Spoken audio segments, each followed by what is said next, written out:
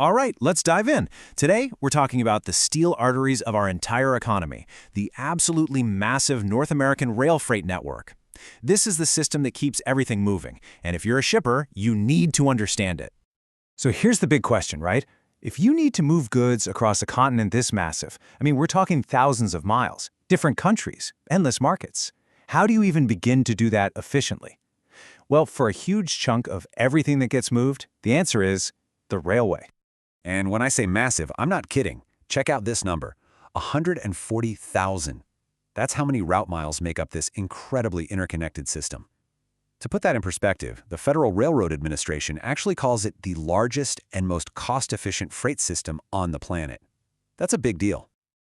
Just look at the scale of its impact. We're talking about rail handling roughly 40% of all long-distance freight in North America.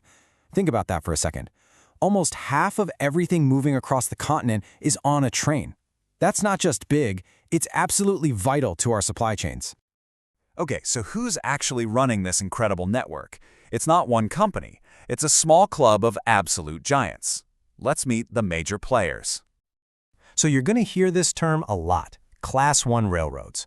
Now this has nothing to do with how good the tracks are or anything like that. It's all about the money. To get this Class 1 label, a railroad had to be pulling in over $943 million in revenue, and that was back in 2021. So yeah, these are the absolute titans of the industry. And really, the entire landscape is dominated by just 6 key players. You've got BNSF and Union Pacific, which basically own the western 2/3 of the U.S.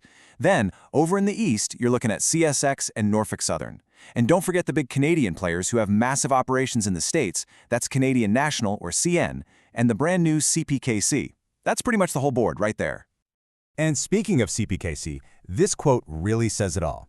When Canadian Pacific and Kansas City Southern merged in 2023, they did something nobody else had done. They created the first and only single-line railway that connects Canada, the US, and Mexico.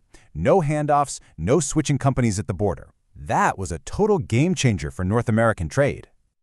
All right, so you've got these huge, powerful companies, but they each have their own territory, right? So how on earth do they work together?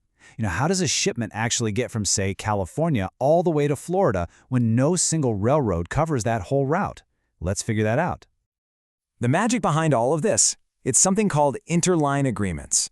Think of it like a cooperative handshake between these giant companies. They basically agreed to pass a shipment from one to the other, seamlessly, so that for you, the shipper, it feels like one single, easy journey. Let's walk through a super simple example. Say you're a shipper in California. Your stuff gets loaded onto a BNSF train. Now, BNSF is a Western railroad, so they'll haul it as far as they can, let's say to the massive hub in Chicago.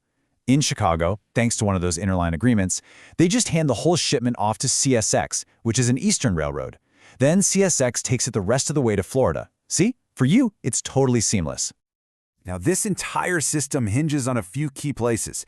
Think of them like the nerve centers of the whole operation. You've got these massive, critical hubs, places like Chicago, Kansas City, Memphis, where all these handoffs take place.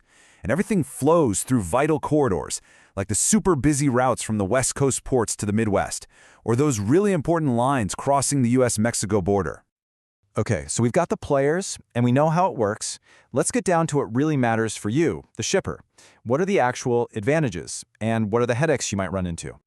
So, let's put rail head-to-head with its biggest competitor, trucking. The trade-offs are pretty clear. Rail is a beast when it comes to cost, especially if you're shipping heavy, bulky stuff over long distances. Plus, it's way more fuel efficient. But trucking is faster for those shorter trips, and it gives you that door-to-door flexibility that a train just can't offer. It really comes down to what you're shipping and where it's going. And just in case you weren't convinced how dominant these Class I railroads are, just look at these numbers. They control 2/3 of the mileage, they employ almost 90% of the workers, and here's the kicker, they generate a whopping 94% of all the revenue in freight rail. To say it's a concentrated industry is a bit of an understatement. But let's be real, the system isn't perfect. And for you as a shipper, there are definitely challenges. You'll run into capacity problems and bottlenecks, especially at those big terminals. Getting things there exactly on time can sometimes be an issue. And just knowing where your cargo is, visibility can be a headache. Plus, the whole network really feels the ups and downs of the economy. So where do we go from here? The story of the railroad is always changing, And right now, the future seems to be boiling down to two big things: even more consolidation and just trying to keep up with massive demand. You know, this trend toward fewer, bigger players isn't new. It's been going on for decades. It really kicked off back in 1980 with the Staggers Act, which deregulated the industry and started this huge wave of mergers. That wave is what gave us CPKC just last year. And now, get this, our source material points to a hypothetical blockbuster deal in 2025, Union Pacific planning to buy Norfolk Southern. I mean, just imagine a merger like that. It would create America's first truly transcontinental railroad. You'd be combining Union Pacific's massive network in the west with Norfolk Southern's powerhouse network in the east. This is kind of the potential endgame we've been talking about with all this consolidation. So what's the bottom line for a shipper? Well, it's a huge trade-off.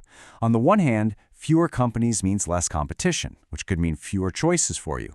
But, on the other hand, imagine a single, unified coast-to-coast network. That could mean no more handoffs, way smoother operations, and maybe the most efficient cross-country routes we've ever seen. It's a real double-edged sword. And that really brings us to the big final question, doesn't it? This whole network is, at its heart, a 19th century marvel. It was built for a totally different era. But today, with trade growing like crazy and our supply chains getting more and more complex, can this old-school infrastructure really handle the insane demands of the 21st century? That's the billion-dollar question we have to ask.